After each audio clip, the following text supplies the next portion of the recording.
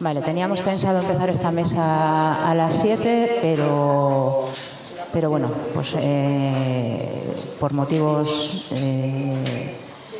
justificados no ha podido ser. Entonces, yo soy Irache, soy de Bilbao, soy compañera del Círculo de Feminismos. Iba a hacer una presentación muy breve, pero es que me voy a dedicar básicamente a presentaros a las compañeras que están aquí, que básicamente son las que más tienen que aportar en el tema. Primero va a hablar Olga Baselga, es compañera de Podemos, participa en el Círculo de Feminismos, es profesora de idiomas y traductora profesional, activista transfeminista tanto en Podemos como en otros colectivos abolicionistas y antirregulacionistas. Es mujer transexual. ¿Me estáis haciendo algo en el micro? Su pasión es, entre otras cosas, la escritura. Nos va a hablar de transgénero y disidencia del modelo hetero-cis normativo. El género y la sexualidad se aprenden, lo que quiere decir que desaprender y reaprender y reconstruir. Dice que las mujeres trans ya no tenemos miedo a existir como sujetos que viven, se expresan y follan. Ahora. Había censura en el micrófono, pero... y en segundo lugar, después va a hablar Beatriz Jimeno. Es diputada de la Asamblea. No sé si yo estoy haciendo algo. Es diputada de la Asamblea de Madrid, escritora, activista feminista, lesbiana, bloguera. Fue presidenta de la Federación Española de Lesbianas, Gays, Transexuales y Bisexuales. La conocemos todas, me parece. Su producción de artículos es inmensa y de libros. Tanto en solitario como junto con otras compañeras. No se pierde en una charla porque la llamamos mucho, porque creemos que siempre tiene mucho que aportar. Todas las que estamos aquí tenemos siempre algo que aportar, entonces diría que participaseis lo máximo posible en el debate, que creo que es muy enriquecedor y muy interesante. Directamente os dejo con ella. Quería simplemente hacer un poco de publicidad. La Colmena, no sé si la conocéis, es una revista feminista de una editorial asturiana. Y son unas mujeres maravillosas que escriben. Cada número es sobre una temática concreta. Esta última de este año ha sido sobre los miedos y hay todo tipo de artículos. Hay viñetas, hay guiones, hay poesía, hay ensayo y hay dos artículos que, con todo esto que vamos a hablar, a mí me han parecido muy interesantes. Yo estoy suscrita hace tiempo y luego, si queréis, os digo cuáles son. Pero este es el número del 2014, de hace 3 años, y se llama Transgresiones. Y de verdad son una gente fantástica y necesitan ayuda. O sea, que ya que estamos en Asturias me apetecía mencionarlas. Muchas gracias y os dejo con Olga.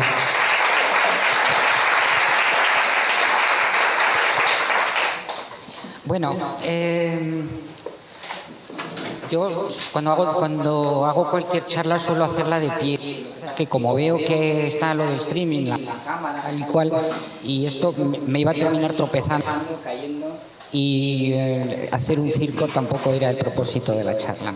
Así que me voy a quedar sentada, aunque me va a costar, me va a costar estarme quietecita en una silla. Yo os voy a hablar de disidencia, disidencia en el género, disidencia en el sexo y disidencia en la sexualidad. En esas 3 cosas. Si nos vamos al diccionario de la Real Academia, la verdad hay una cosa que me sorprende, el laconismo en la definición. Disidir, separarse de la común doctrina, creencia o conducta. Punto. es poco, ¿no? Como que te quedas así, que ha pasado, falta algo. Disidencia. 1, acción y efecto de disidir. 2, grave desacuerdo de opiniones. Acabáramos. Para este día vamos a esas alforjas, ¿no? Bien, esto me revela lo que en realidad todas sabemos. Al sistema, en general, no le gusta nada la disidencia. Cuando no les gusta algo, procura que no se vea. La invisibilización forma parte de los mecanismos del sistema, para que las cosas molestas no se vean, y si no se ven, no existen. ¿En qué consiste la disidencia cuando hablamos del género, del sexo o de la sexualidad? Pues básicamente bueno, me voy a tener que levantar, lo siento. ¿Os acordáis de... Un momentín nada más y me vuelvo a sentar. ¿Os acordáis de Bailando con Lobos? ¿Cómo se llamaba la mujer captivada por los ponis cuando era niña? De pie con el puño en alto. Eso es la disidencia. Hay un montón de puños feministas por ahí. Eso es la disidencia. De pie con el puño en alto. No les gusta nada que esté con el puño en alto. No les gusta absolutamente nada.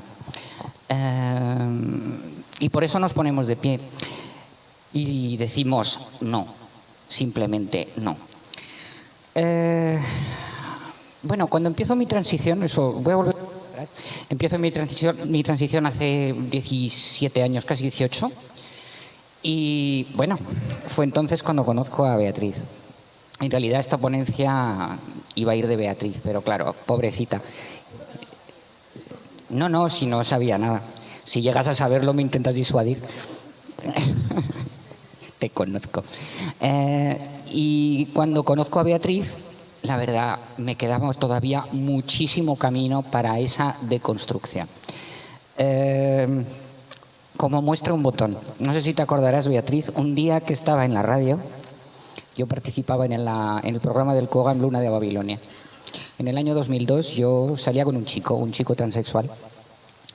Y estaba yo traviesa aquel día, aunque atravesaba una época de travesuras diversas. Y ese día yo estaba más traviesa que nunca, como una adolescente que intenta llamar la atención de su madre. Y dije una cosa que sabía que iba a tocarle las narices a Beatriz. Fíjate qué cosa dije, ¿eh? No me avergüenzo porque, bueno, fue una travesura, pero dije, estoy saliendo con un chico transexual. Y dice, ¿y qué tal? ¿Te va bien? Y digo, uy, sí, me va estupendamente. Si hubiese más hombres transexuales habría menos lesbianas en el mundo. El rebote que se agarró Beatriz fue morrocotudo. Con toda la razón, porque esas cosas se dicen, pero no en la radio, y menos cuando es un programa del COGAM, ¿no? Políticamente muy incorrecto, y fue una provocación, simplemente, fue una provocación como tantas. Lógicamente, esa broma es una broma que no se debe hacer, no solamente por lo políticamente incorrecto, sino porque, pues hay cosas con las que tampoco se hacen chistes machistas. No se deben hacer esas cosas. Y eso es una cosa que no había aprendido yo todavía, a que esas cosas no se hacen, ni como travesura, ni como provocación. Por lo menos en un programa de radio del COGAM, no. Y porque es más importante de lo que parece. Ahora lo digo desde aquí a 18 años vista y nos reímos. Pero entonces, cuando nos pillan en una de esas, pues no se debe, simplemente esa cosa no tendría que haberla dicho.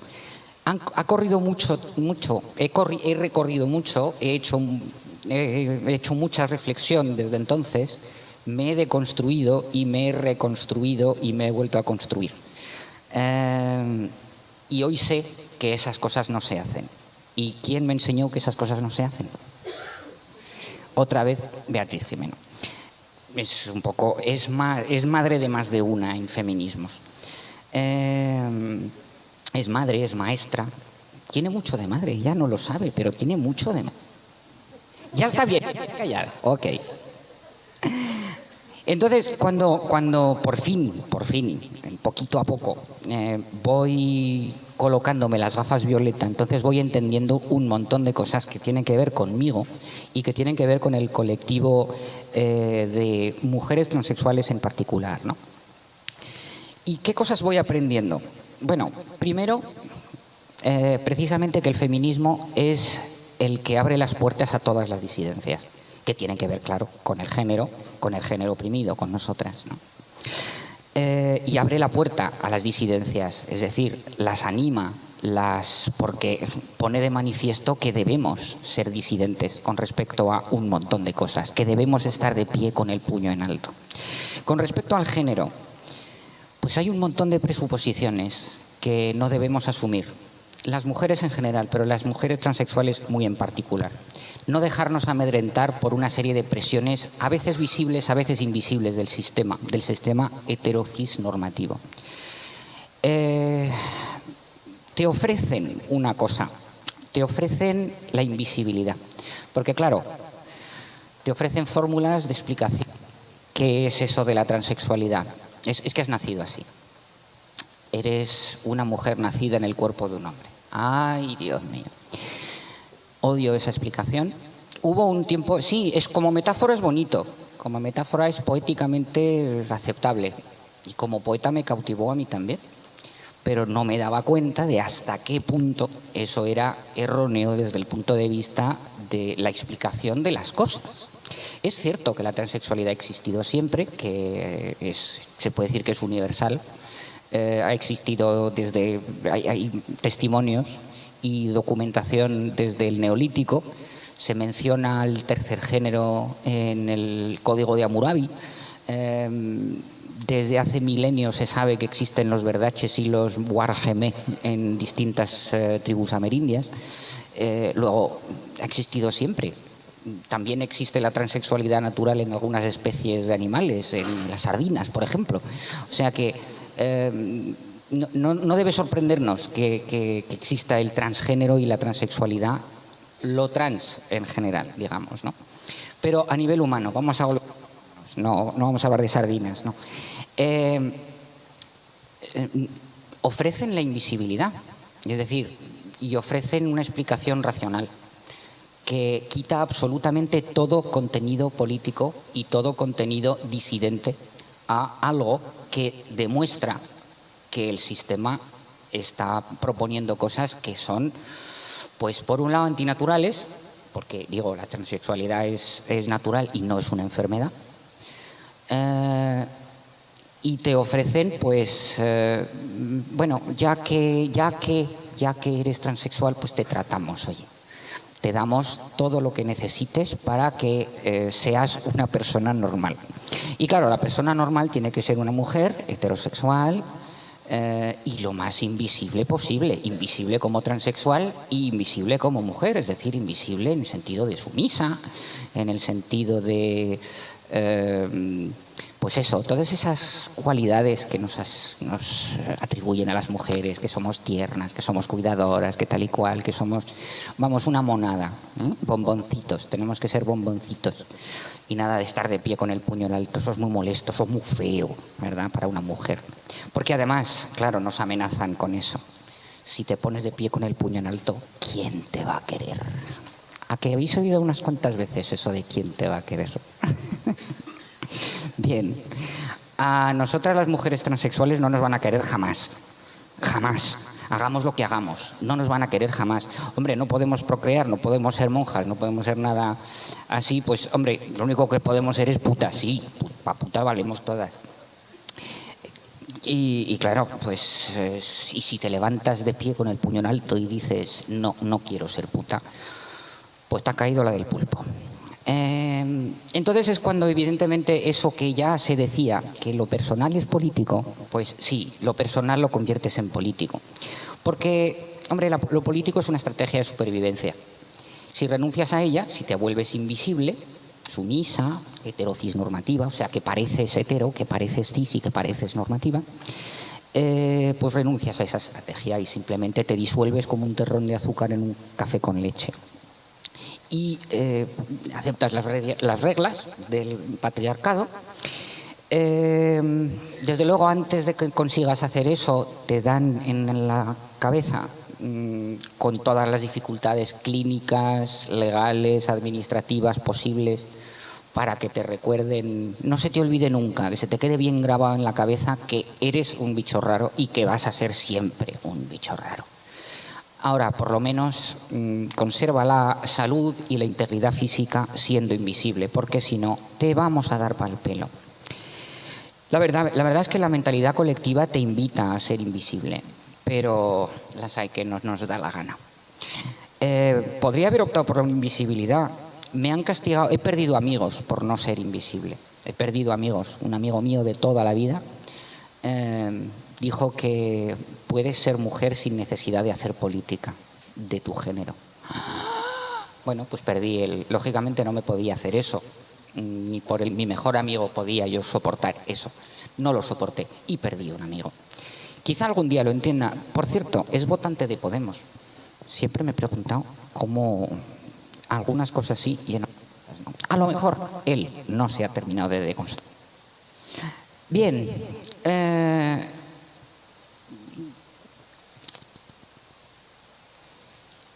Claro, en cuanto a la sexualidad también hay que defenderse, y no solamente frente a lo heterocisnormativo, sino incluso dentro de los colectivos marginales que somos, que vivimos en esta sociedad, ¿no? Marginales, minoritarios, digamos, las mujeres transexuales. Cuando una mujer transexual dice que es lesbiana delante de otras mujeres transexuales, el porcentaje de ojopláticas va a ser alto. Me han castigado dentro del colectivo llamándome tío con coño, simplemente por el hecho de ser lesbiana. No tiene nada de particular, un tío con coño, no. Bueno, tendría mucha gracia, porque también los llaman tíos con coño a los hombres transexuales, entonces ellos son, nosotros, yo también lo soy, entonces ¿qué pasa? O sea, a ver, y además un tío con coño, ¿por qué? Porque todo aquel que le atrae a una mujer es un tío. Ah, bien, perfecto, cojonudo. Ya está, muy bien, entonces las lesbianas han dejado de existir. Beatriz nos va a recordar que no, que sí que existen. Mujeres lesbianas, pues son mujeres, no son otra cosa. Paso, ya terminando, paso por encima que da igual realmente si la transexualidad o la opción sexual, que no la orientación sexual. También ella habla de eso. Que la opción sexual es, sea innata o sea adquirida o sea un poquito de las dos. Existe y está ahí. Y hay que defenderla como algo, odio la palabra normal porque me recuerda a normativo, y la odio porque es como defenderme de algo, es decir, de algo de lo que no se supone que nadie me debería acusar, porque no soy anormal, soy simplemente una persona. En eso consiste el feminismo, en decidir y afirmar que somos personas. Y siempre he defendido que, vamos, desde mi toma de conciencia, que la visibilidad es una estrategia y que esa estrategia de defensa de una misma, de una identidad, es en realidad defensa de la vida, no es otra cosa. Se busca la paz personal, se busca la armonía con el entorno social, no se busca nada más. Y si para eso hay que levantarse muchas veces con el puño en alto, se levanta uno. Claro, ¿y por qué todo esto? ¿Por qué? ¿A qué se debe todo esto? ¿Cuál es el enemigo? Pues el enemigo es el modelo heterocisnormativo, que es está en el seno, digamos, está en el núcleo, en el ADN del modelo capitalista, que es un modelo que no respeta la vida, es un modelo que enfrenta a unos con otros porque se basa en la competitividad y no en la cooperación. y se basa en la división y no en la integración. Todo aquello que no sea, entonces, acorde con ese modelo se convierte o en patológico o directamente en el enemigo a abatir. Y precisamente por eso, para que no nos abatan, estamos juntas y para eso formamos grupos y para eso formamos las iniciativas políticas que formamos, simplemente para eso. Y eso es todo lo que tenía que decir.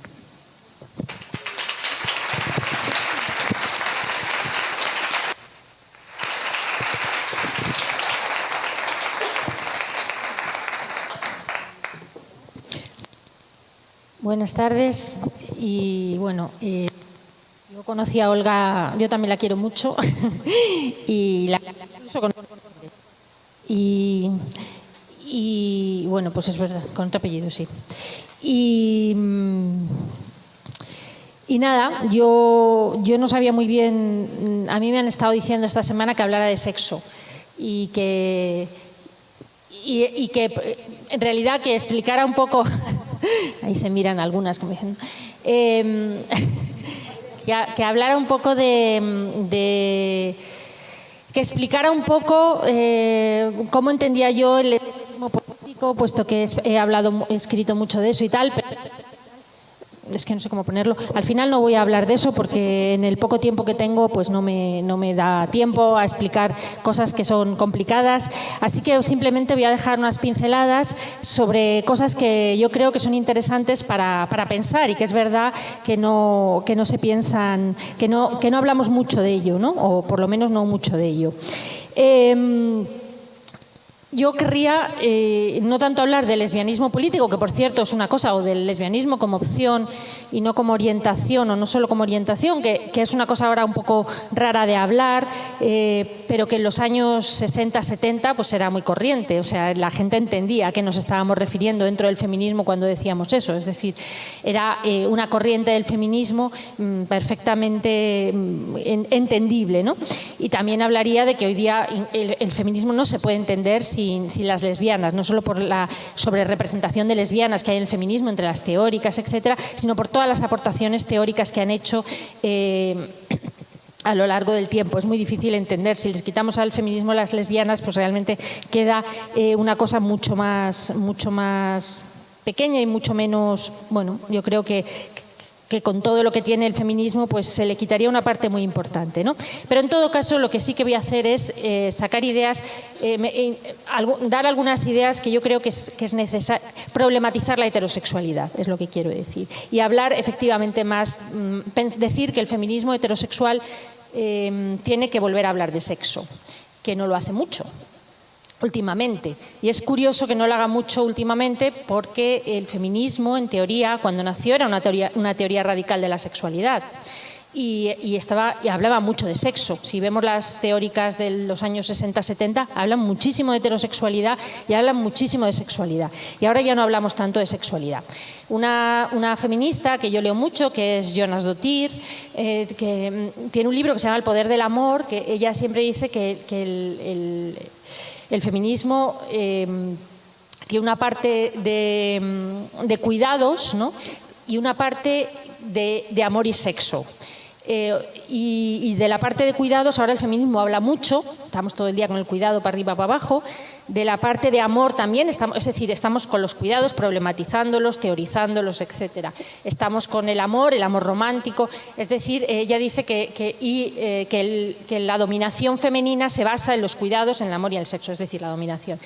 Sobre los cuidados teorizamos, sobre el amor teorizamos, sobre lo que significa el amor romántico, etcétera. Y a mí me asombra mucho que mientras estamos teorizando y criticando y haciendo una teoría crítica sobre el amor romántico, no hagamos una teoría crítica de la sexualidad, que está como perdida, ¿no? Como si de la sexualidad ahora, de la sexualidad heterosexual, que es la normativa, la sexualidad disidente, pues ya esa está en los márgenes de por sí, pero la heterosexualidad normativa, pues el feminismo heterosexual habla poco y la problematiza poco, ¿no? La razón de que supongo yo, no lo tengo claro, que el feminismo heterosexual haya dejado de hablar de heterosexualidad, supongo que tiene que ver con la institucionalización, por lo menos una parte. Es decir, es muy difícil hablar de sexo en las instituciones. Yo siempre cuento como, es una anécdota, pero en la Asamblea de Madrid pronuncié la palabra clítoris y vagina en una PNL, entonces era como escandaloso y todo el mundo muy nervioso. Pues realmente es muy difícil hablar de sexo en las instituciones y es muy difícil ser. Y además no lo digo como cobardía ni como una anécdota, es decir, recordamos, es decir, es muy...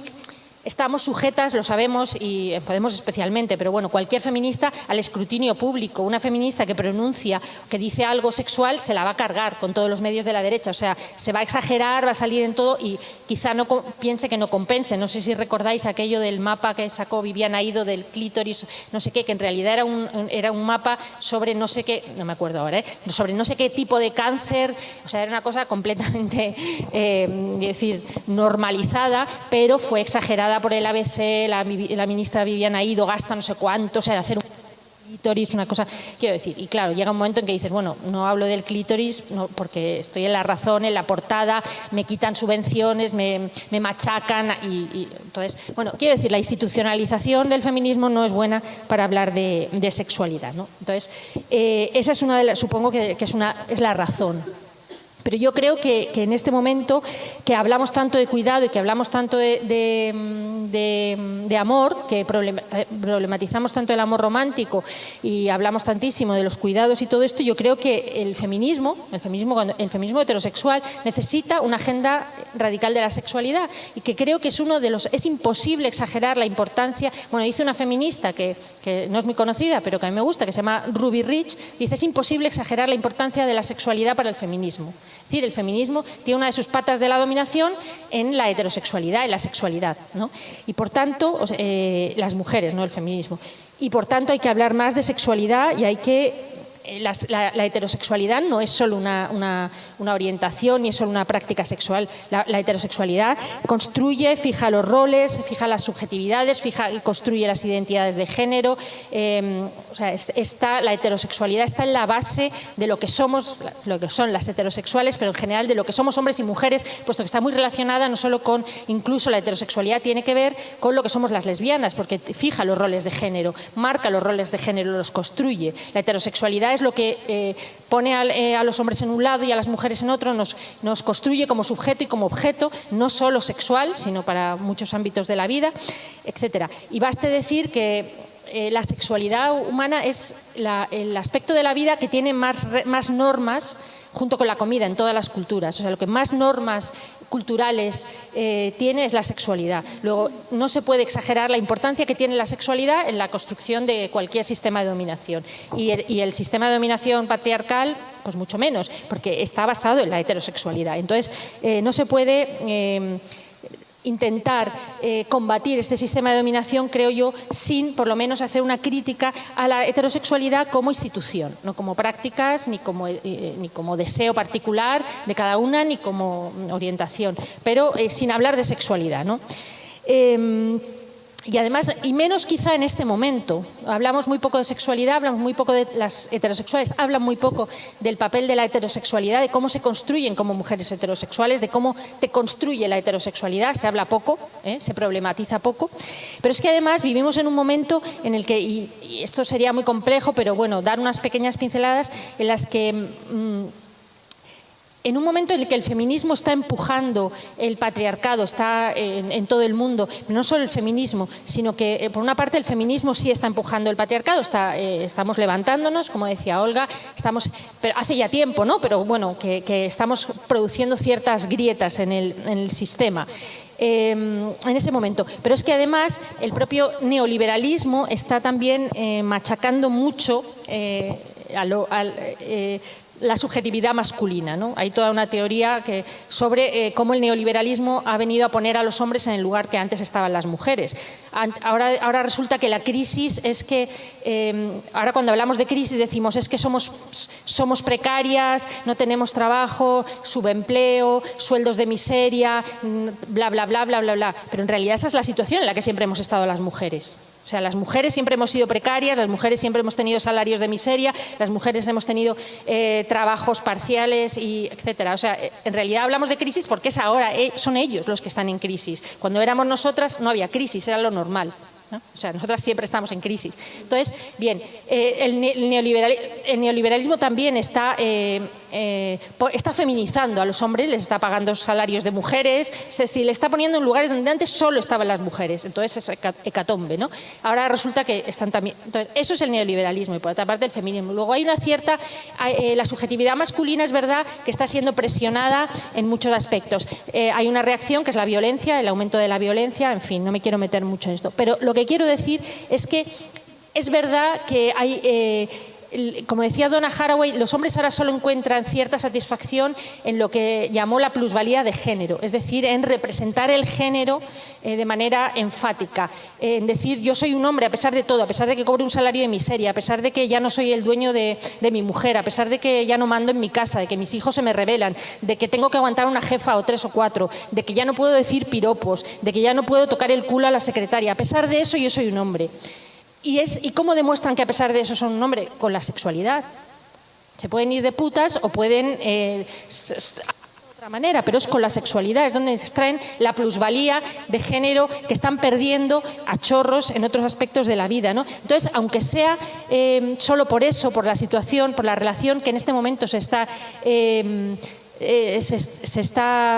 estamos teniendo hombres y mujeres, yo creo que merecería la pena preguntarse ahora, como ya nos lo preguntamos en los 60 y los 70, qué papel ocupa la sexualidad en la opresión de las mujeres, ¿eh? ¿Qué papel ocupa? Simplemente problematizarlo.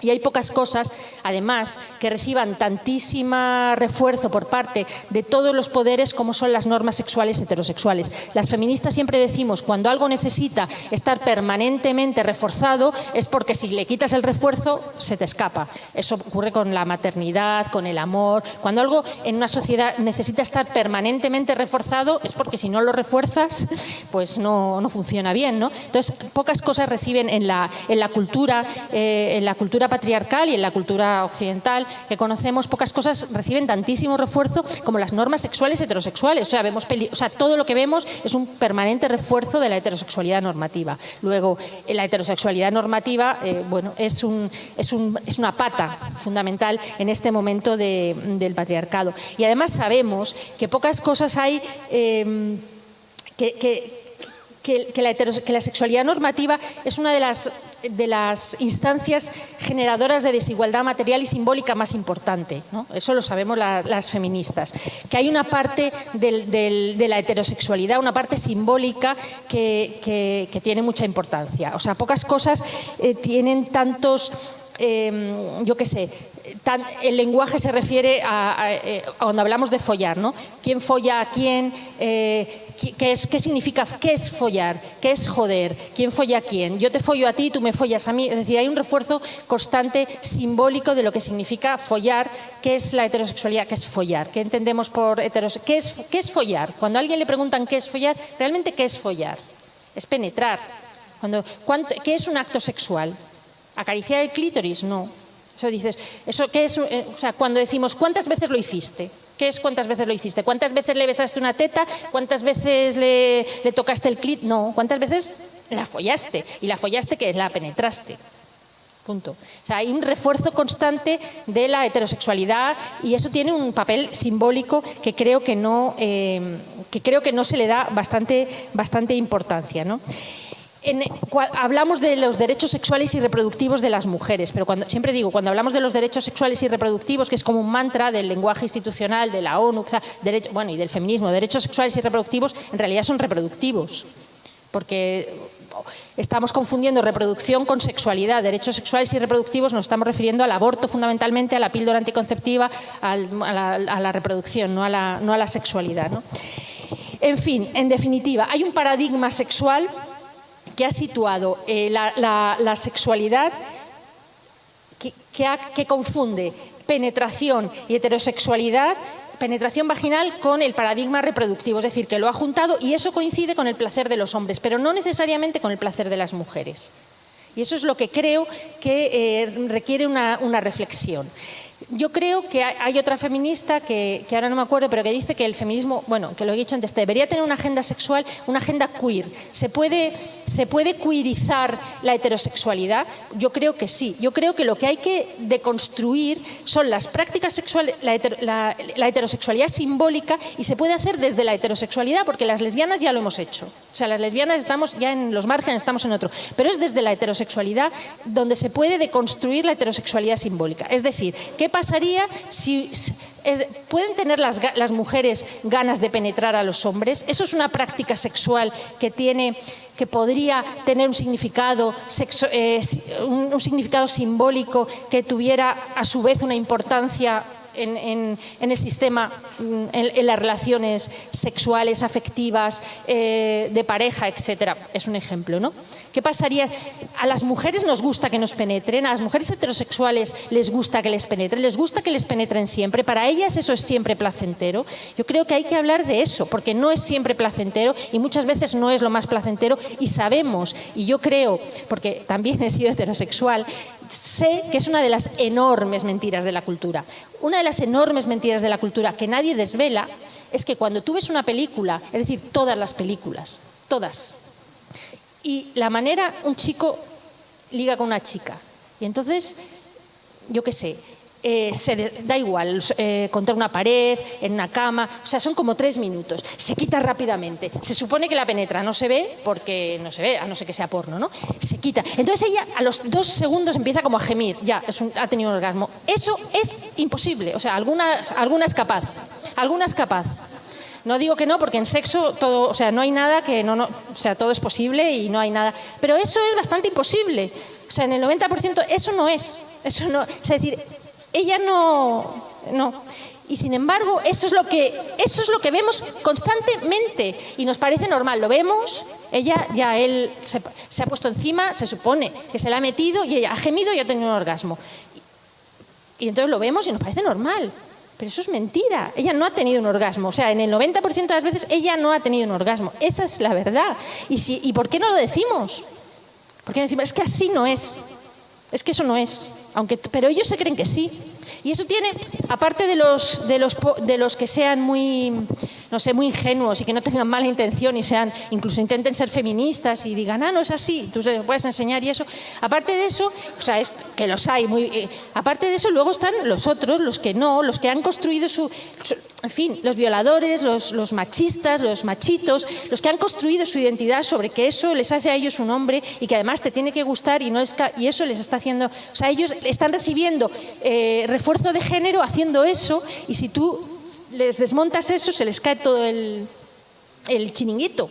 Entonces, ¿por qué eso no se desvela? ¿Por qué decimos no? O sea, imaginaos una película que reflejara, es decir, lo que quiero decir es que el placer femenino está ausente de la cultura. No está. ¿Dónde está el placer femenino? No está, pero no está nada.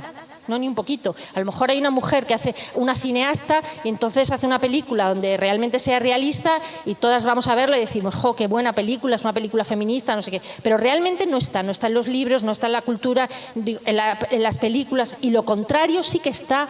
Es decir, está permanentemente en todas partes una sexualidad heterosexual, una sexualidad heterosexual donde el placer femenino está ausente, y que nos construye únicamente como objetos y a ellos como sujetos. Es decir, la heterosexualidad que vemos construye a los hombres como sujetos y a las mujeres como objeto, y no hay manera de escapar de eso. Aunque nosotras intentemos construirnos como sujeto y nos sepamos sujeto y seamos sujeto, la heterosexualidad que está en la cultura, la heterosexualidad sexual, no nos deja ser sujetos, y eso es permanente, y eso es todo el rato, y eso lo recibimos, y no estamos, y nuestro placer no está. ¿Y dónde están los derechos sexuales? ¿Y cómo sería una película donde la sexualidad femenina estuviese presente de verdad? Y ya no me refiero solo al placer, ya no me refiero solo al orgasmo, sino me refiero a otros tipos de sexualidad, donde están, pues eso, una mujer que se negara, heterosexual, que le gustara mucho a los hombres, pero dijera, no, es que a mí la penetración nunca me gusta. Y oye, aunque no duele, pero no quiero porque no me gusta. Vamos a hacer otras cosas que a mí me gustan todo el tiempo, no una vez, no como un favor, todo el tiempo. ¿Ellos podrían renunciar a la penetración? ¿Ellos podrían? ¿Siempre? ¿Es posible eso? Porque nosotras aceptamos ser penetradas siempre, aunque no nos guste nunca. Y no digo que no sea posible, digo que aunque muchas de nosotras, pues nunca, o 85 no, porque es que esto no es falta otras cosas. Entonces, eso no lo estamos desvelando, eso está ahí como una pata de elefante gorda, como así. Y sobre eso levantamos subjetividades y levantamos roles de género y levantamos una cultura entera y no lo decimos, ¿no? Entonces, bueno, yo creo que hay que repensar la heterosexualidad, las heterosexuales, porque las lesbianas ya nos pensamos mucho todo el rato, pero creo que hace falta que las heterosexuales se repiensen la heterosexualidad y que, igual que hablamos de amor romántico, vamos a deconstruir el amor romántico. Yo soy un poco bastante... Yo no sé, no es que me guste llevar la contraria, no sé por qué siempre estoy en el sitio de la contraria, pero... o sea, no me gusta, ¿eh? No, Olga dice saberlo, pero yo siempre digo, y dale con el amor romántico. Si el amor romántico... O sea, que el amor romántico en su día fue una conquista sobre el amor. Yo no tengo mucho contra el amor romántico. A mí no me parece mal, el amor romántico sí nos hace felices.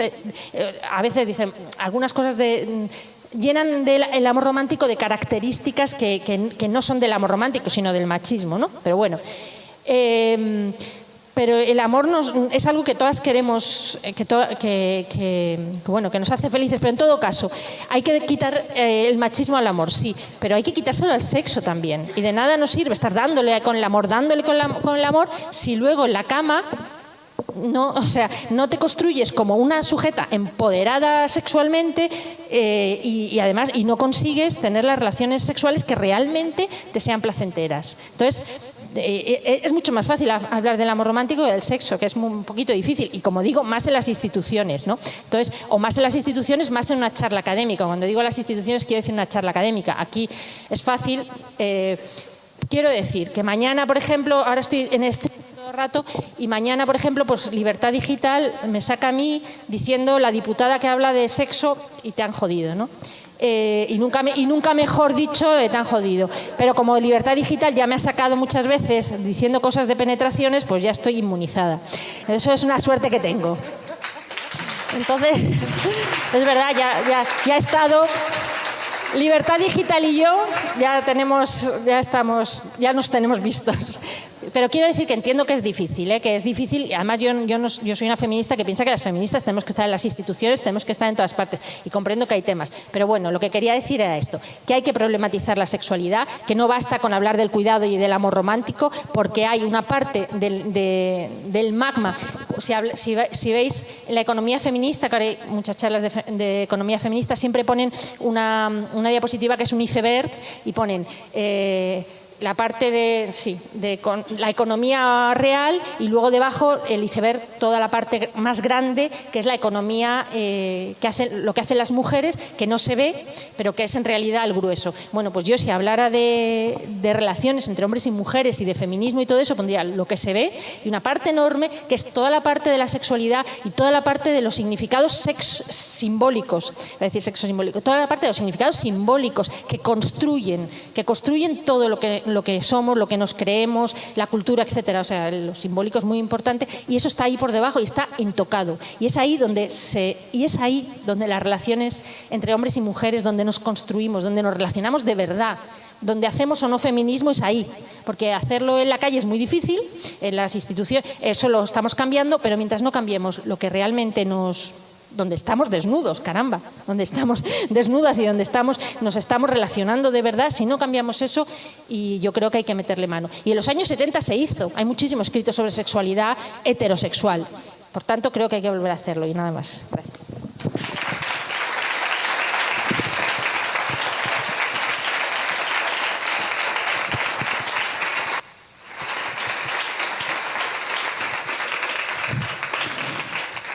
Bueno, pues fenomenal. ¿No? Y a mí me parece súper interesante. Teníamos, en principio, planificado cerrar a las 9 menos cuarto, pero nos han dicho que podemos ser un poco más flexibles, así que sobre las 9, 9 y 10, como mucho, cerramos. ¿Os parece si hacemos turno de intervenciones, preguntas? Podíamos hacer, si os parece, un par de ellas, respondemos, y para que no se acumulen demasiado, intentemos ser breves, ¿vale? Si alguien puede pasarla, o voy yo, o qué hago.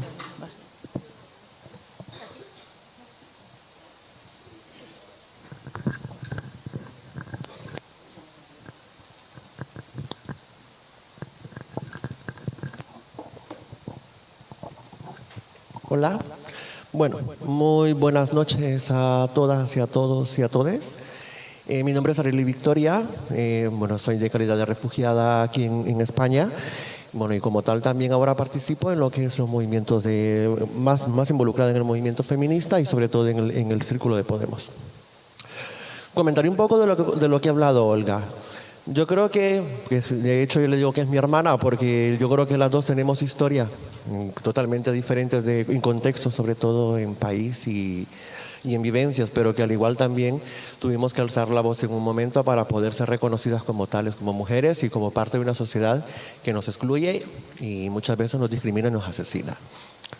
En ese sentido, pues yo creo que ya es tiempo de que las mujeres trans, no solo nosotras que estamos un poco sensibilizadas y educadas en el tema, yo creo que también todas y las que conocemos a nivel mundial, pues que tenemos que alzar la mano o el puño izquierdo de la revolución, porque ya decidimos y decimos ya un basta de ser visibilizadas en la negatividad por la desconstrucción del sexo que no reconocemos como parte de nuestra vida y que desde ahí pues, nos trae muchas consecuencias en el sentido de retroceder los 3 escalones de derechos que tendríamos si decidiésemos ser heterosexuales hombres, y lo tenemos que retroceder porque vamos en contra de esa normatividad que de igual también yo creo que nos envuelve a todas a nivel de Latinoamérica, y no creo que tampoco la Unión Europea o España misma se quede excluida de esta teoría de la desconstrucción de una identidad que no estás de acuerdo.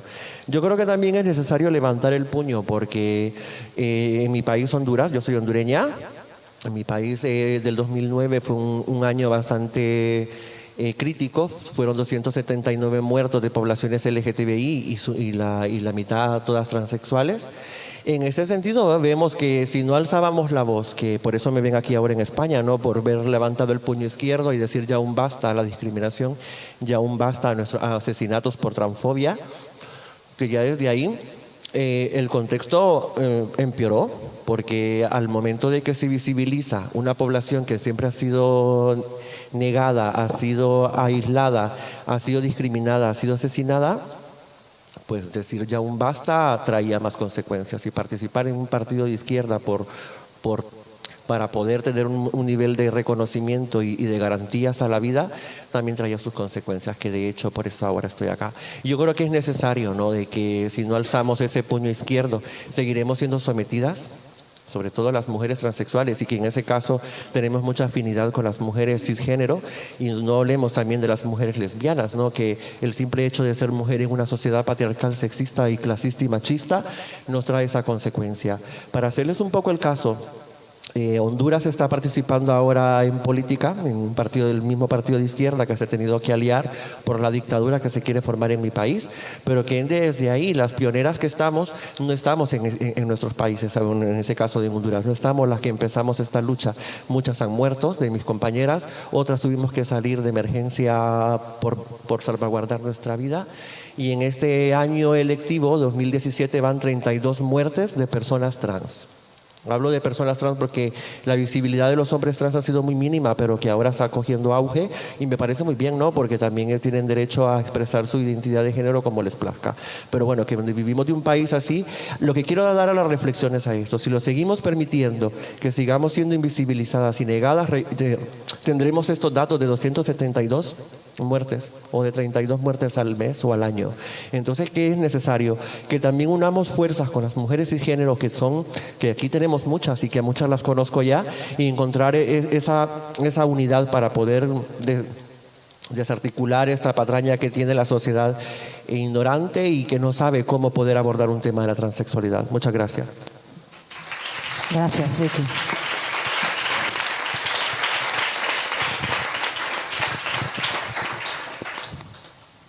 ¿Alguien? ¿No?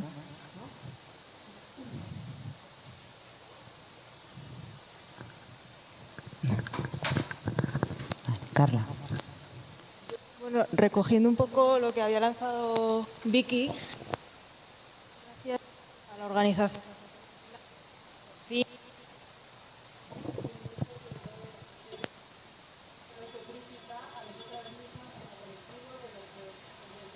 Perdón, de lo que nos falta por hacer, de los errores que hemos cometido en el pasado y pues que como mujeres, pues como ha dicho, o sea, ser conscientes de que, como ha dicho antes, que las propias mujeres, las propias lesbianas y las propias mujeres transexuales nos hemos discriminado a nosotras mismas, hacer autocrítica para tratar de evitarlo en un futuro y tal.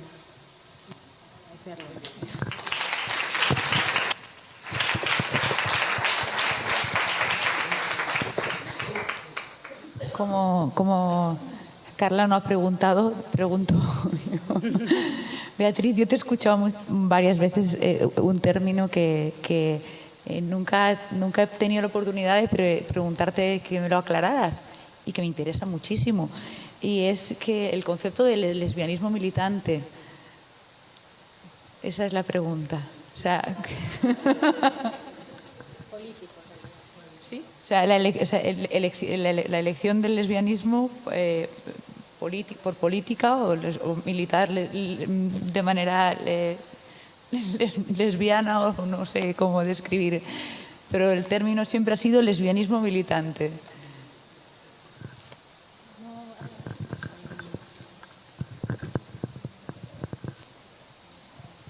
Bueno, contestamos a... Yo quería hacer una pregunta, no, vale. Yo misma, que hablando de muertes de personas trans, ¿tenéis datos porque parece que, claro, no los hacemos lo suficientemente visibles? Estoy pensando yo, en la charla anterior hablábamos de mujeres muertas, quizás algún niño, niña, algún hombre, pero no hablábamos de víctimas trans. Vale, nos cuentas a todas, porque es que has dicho muchos términos que... Sí. ¿Muchos? Ay, no sé, es que me da corte decir, me cuesta explicar cosas complejas así porque queda como raro. En realidad tengo un libro solo para explicar eso. Creo que realmente eso que se decía en los años 60, de que se puede escoger ser lesbiana, es cierto. Creo que es verdad, porque yo escogí ser lesbiana. Con esto no quiero decir, y por eso no me gusta decirlo, porque parece que se malinterpreta en el sentido de que, primero, hay muchas lesbianas que sienten que no han escogido. Y es verdad, muchas lesbianas y muchos gays sienten que no han escogido y no lo han escogido. O sea, es decir, son desde que tienen 2 años, se saben lesbianas o gays, ¿no? Eso es así. Pero bueno, yo creo que en ese sentido las mujeres tenemos una ventaja, y es que las mujeres somos más bisexuales, es algo que también se asume. Somos más bisexuales no por nada de naturaleza, sino porque realmente no nos construimos en la homofobia. Realmente las mujeres somos en ese sentido más libres, porque nadie se ha molestado en construirnos de ninguna manera, porque al fin y al cabo luego nos teníamos que casar. Y eso es que es verdad, o sea, ¿para qué te vas a molestar en lo que deseen las mujeres si luego se va a tener que casar? Porque se va a tener que casar, porque no tiene quien la mantenga, o sea, porque tiene que casarse, porque la cultura te obliga a casar, porque si no, no puedes mantenerte. Es decir, hasta el siglo XX daba igual que si lo que deseáramos, porque como te tienes que casar, ¿para qué te vas a molestar en hacer a las mujeres heterosexuales si va a dar igual si luego se tienen que casar con un hombre? Entonces, digamos que el patriarcado no se ha esforzado en apretar las tuercas de la heterosexualidad de las mujeres, sí de los hombres. La masculinidad se funda sobre todo en la misoginia y en la homofobia. O sea, y por eso las mujeres, digamos, en ese sentido, pues bueno, porque no se han esforzado tanto, somos más bisexuales, luego, que es algo que, como digo, la cultura siempre admite de diversas maneras. O sea, por ejemplo, en las películas porno, pues o no hace falta ir a una película porno, en una pareja, cuando se habla de un trío, es ella la que se va a acostar con una tía. O sea, el trío va a ser 2 y 1. Tú, que una mujer le diga a su marido, oye, me está apeteciendo verte a ti con Roberto. me va a excitar mucho. ¿Por qué no follas con Roberto delante de mí? No te quiero contar lo que va a decir tú. Entonces,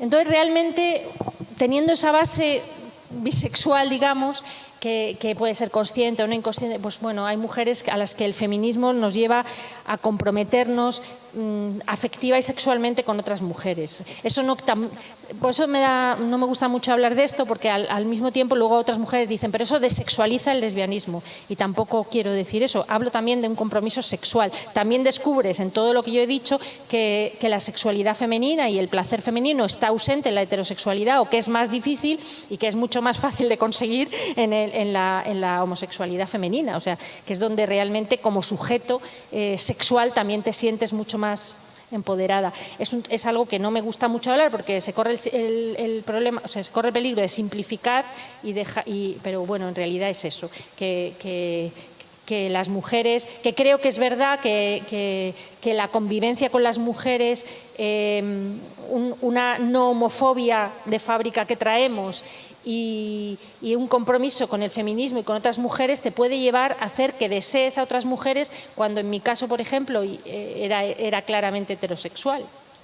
Pero bueno, mi deseo cambió, por eso yo sé que se puede cambiar, que el deseo puede cambiar. No es que cambiara mi ideología, que también, pero cambió mi deseo. No es que entonces mucha gente me dice, pero tú hiciste un esfuerzo, voy a ser lesbiana, voy a ser... No.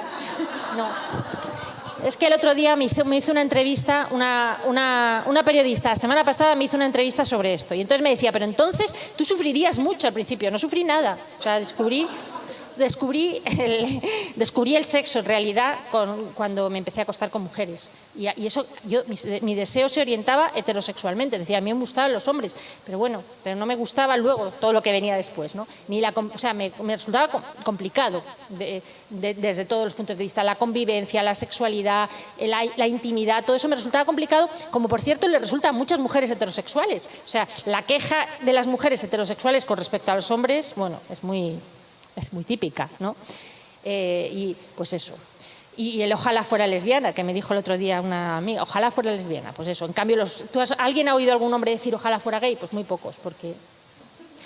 Porque realmente la heterosexualidad les da privilegios a ellos. O sea, es que es verdad, esto que se dice así, ¿quién quiere dejar de ser un privilegiado? La heterosexualidad da privilegios y nos los quita a nosotras. Luego, en realidad, además hay otro aspecto, que políticamente, si a todo eso le sumas, políticamente tenemos que ganar, porque la heterosexualidad nos quita libertad, nos quita muchas cosas. La heterosexualidad a nosotros nos quita y a ellos les da. En el momento en que te liberas de la heterosexualidad, en fin, ganas cosas. Pero de todas formas, esto como esfuerzo y así como deberes no hay que hacerlo, ¿eh? Eso ya surge solo y va más despacio. Es que es un poco complicado.